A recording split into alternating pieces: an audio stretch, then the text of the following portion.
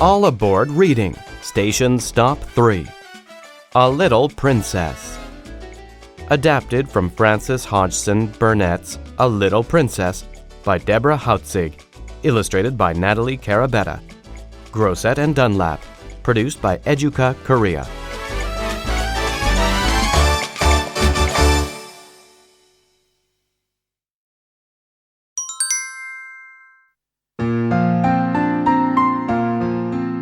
On a dark winter day in London, Sarah Crewe sat in a cab with her father. Usually, Sarah was happy, but not now. Her father was going far away. "Papa," said Sarah, cuddling close to him, "can't you stay with me at Miss Minchin's school?" Her father smiled sadly. "No, my dear, I must go back to India, and it is better for you to be here."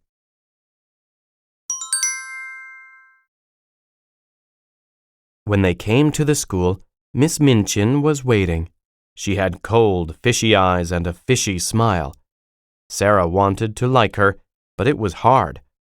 "Sarah's happiness means the world to me," Captain Crewe said. "She must have everything she wants." Miss Minchin's eyes gleamed. She knew Captain Crewe was very rich.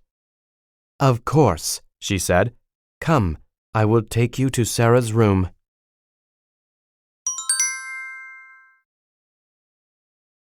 Sarah's room was cheerful and lovely. Lace curtains fluttered in all the windows.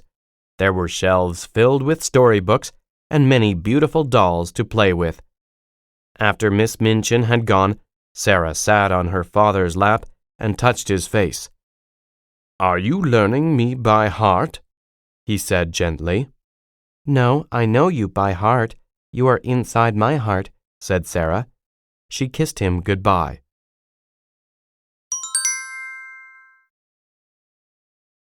The next day, Sarah met her schoolmates. Everyone had heard about Sarah. "She has a maid and a pony and boxes of fancy dresses," whispered Lavinia. "Miss Minchin says it is silly for a child to have so much." "Girls, you must welcome Sarah Crewe," said Miss Minchin. "Sarah, sit by me." Lavinia turned red with anger. "Sarah is sitting in my place," she hissed. Lavinia was mean and bullied the younger girls. But before Sarah came, Lavinia had been the star pupil. Now Sarah walked at Miss Minchin's side. She was a star, but she was never nasty. Sarah was always kind and giving.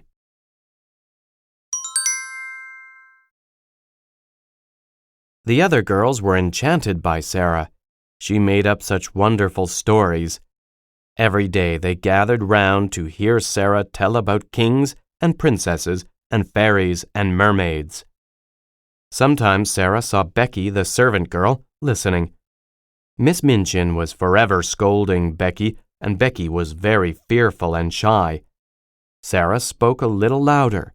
That way Becky could hear too. "She's a girl just like me," Sarah said to herself, "and stories belong to everyone."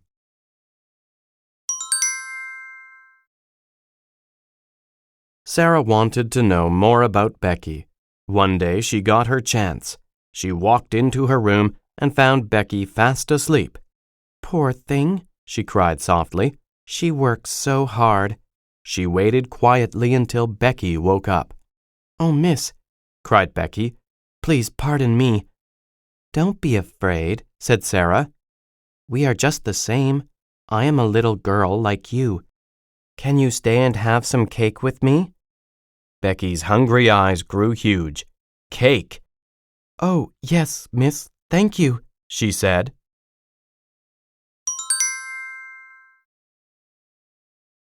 The next few minutes seemed like a dream to Becky. Sarah was so nice to her.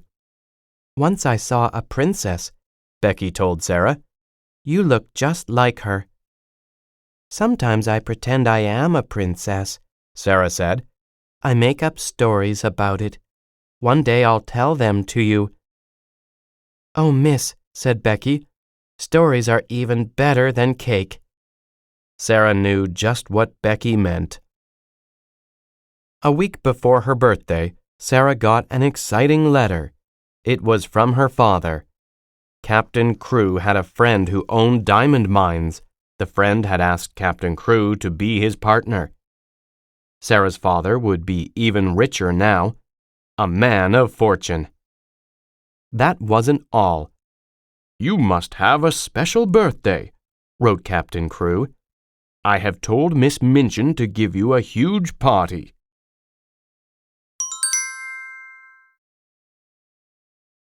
And what a party it was! Every room was hung with holly and colored balloons. There were 6 different kinds of cakes. A table was piled high with gifts. "Thank you all for coming to my party," said Sarah, feeling a bit shy. "Very nice, Sarah," said Miss Minchin. "You behave like a real princess."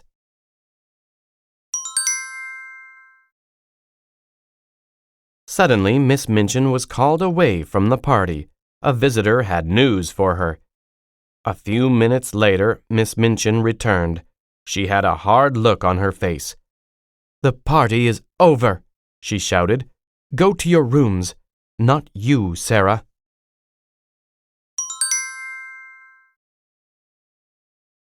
Now Sarah was alone with Miss Minchin. "Your father is dead," Miss Minchin said coldly. Sarah did not make a sound. Her eyes got big, and she turned pale. "He left no money at all," Miss Minchin told her. "You are not a princess any more. You are a beggar. You must work for a living. Now, go to the attic. You will sleep there next to Becky." But when Sarah turned to leave, Miss Minchin said, "Stop! Aren't you going to thank me for my kindness? I am giving you a home." Sarah lifted her chin. It shook a little. "You are not kind," she said fiercely, "and this is not a home."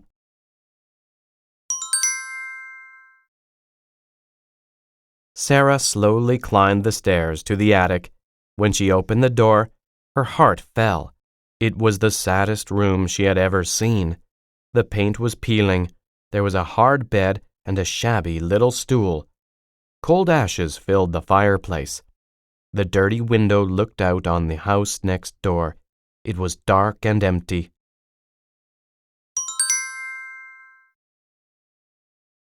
Sarah began to cry. "My papa is dead," she said over and over.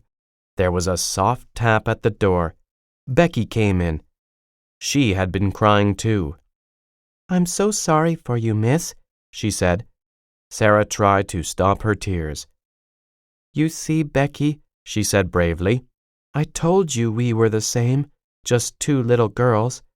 I'm not a princess any more." Becky threw her arms around Sarah. "Yes, you are, miss," she said. "You will always be a princess."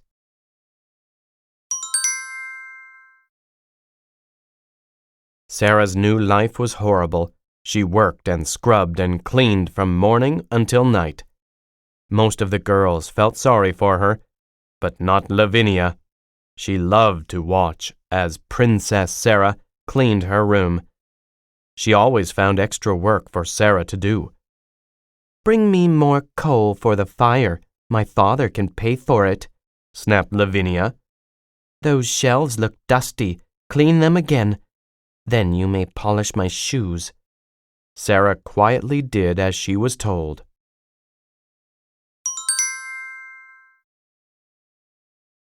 Sarah was sent out in the rain and the snow to do chores for Miss Minchin. All she had to wear was a thin coat and old, worn-out shoes. She shivered with cold. She never had enough to eat, so she was always hungry. But Sarah never complained. "I have to be brave like a real princess," she told herself. "Papa would want that, and I can pretend that I am warm and full and happy. Pretending makes everything better."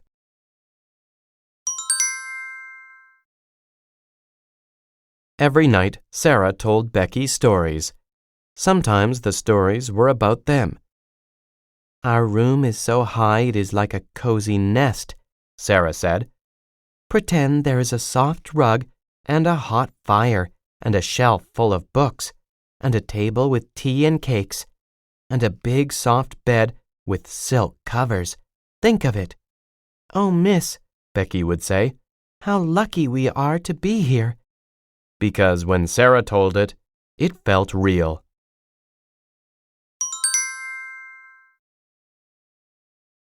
Sarah looked out her window one evening and saw lights.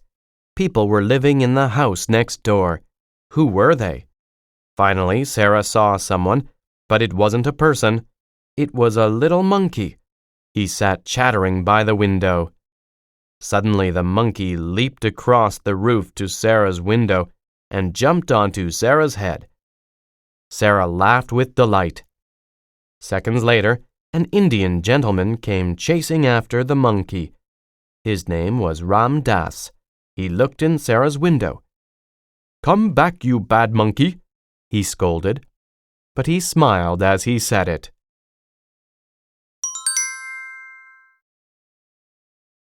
By now, the monkey was racing around the attic. After a short chase, he jumped into Sarah's arms. Sarah handed him to Ram Das. "Thank you, miss," said Ram Das.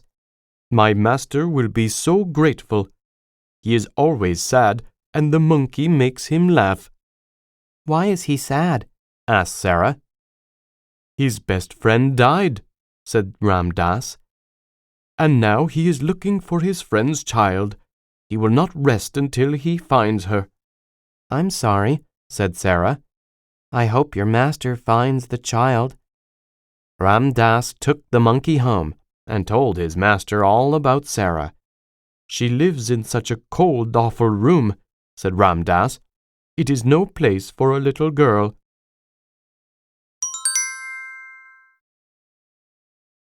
That night, Sarah went to bed hungry and cold, as usual. But when she woke up, she was warm and cozy. She reached out and felt a satin blanket. "I must be dreaming," she said. Then she opened her eyes. "This can't be real," she gasped. But it was. A thick rug lay on the floor. There was a glowing fire and a table covered with food. A silk robe and slippers lay waiting for her. A pile of books lay nearby. On top was a note. "To the little girl in the attic, from a friend."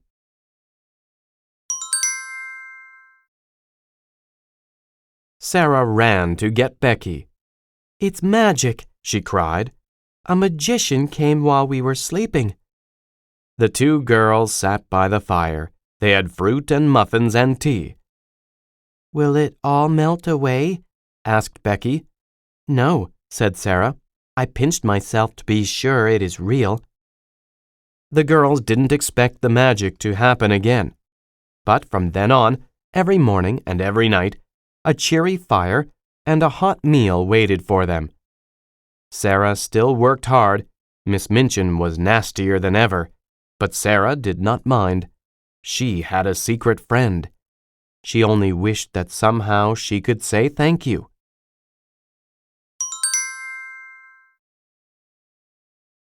One day the monkey came back. "You silly thing," said Sarah. She hid him under her coat and slipped next door. "You found our monkey again," said Ram Das when he saw her. "Please come in. The master, Mr. Carrisford, will be glad if you visit."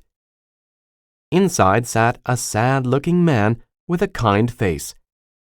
"So, you're the little girl in the attic," said Mr. Carrisford.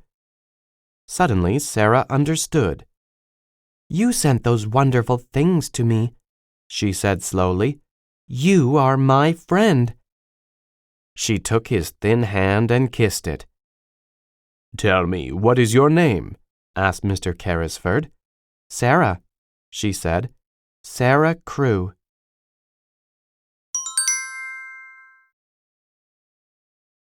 Mr. Carrisford became so pale, Sarah was afraid he would faint.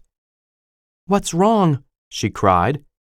"You are Captain Crewe's child," said Mr. Carrisford in wonder. "He was my best friend. I have been looking for you for so long." "I am the child you were looking for?" Sarah whispered. "And I was right next door?" "If only I had known," Mr. Carrisford said. "You see, Sarah, your father did not lose his fortune. I have kept it for you. You will live a good life with me." "I'm glad," said Sarah. "But please, what about Becky? She lives in the attic too, and Miss Minchin is so mean to her." "Becky can come too," said Mr. Carrisford.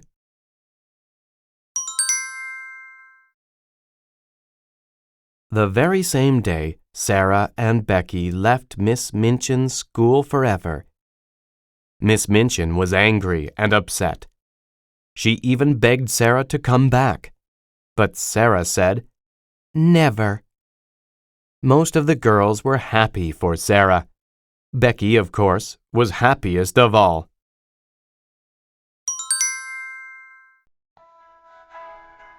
"I was right," Becky told Sarah. "You always were a princess. You always will be." "I always tried to be," Sarah said softly.